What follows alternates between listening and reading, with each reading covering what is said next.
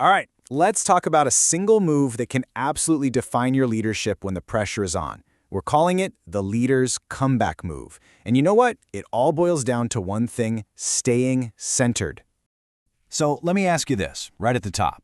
You want to lead, you're in that position, but stress, it just keeps knocking you down. What's your move? How do you get back up? Seriously, how you answer that question in the moment, that's everything. Because that one moment of intense pressure, that's the real test, isn't it? It's where we see what a leader is really made of, and believe me, things can go sideways fast if you're not ready. And look at this. It's a direct, unavoidable chain reaction.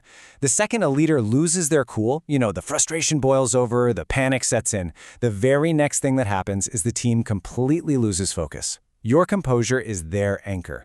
When it's gone, the whole ship just starts drifting. Okay, so if losing your cool is the problem, what's the solution? What's the strategic answer?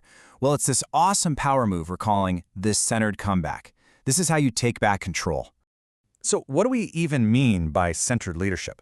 Look, it's not about being a robot with no emotions. Not at all. It's about having this calm, solid core inside that lets you think clearly and make sharp decisions, especially when things are going absolutely wild around you. It's like your own personal gyroscope, keeping you steady no matter how much the world shakes. And let's be crystal clear on this one. This is not some, optional soft skill. The thinking here is blunt. Staying centered isn't just an option. When the stakes are high, it's a flat-out requirement.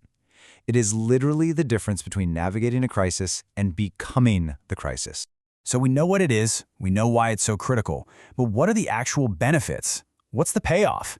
Well, this is where we get to see what's called the ripple effect of calm. And this just lays out the rewards perfectly. When you lead from that centered place, you're not just managing your own stress. You are completely transforming your team's performance. First, you make way better decisions, and you make them faster because your mind isn't all fogged up with panic. And that clarity, that inspires trust. It inspires confidence. Your team sees you're steady, and they feel steady too.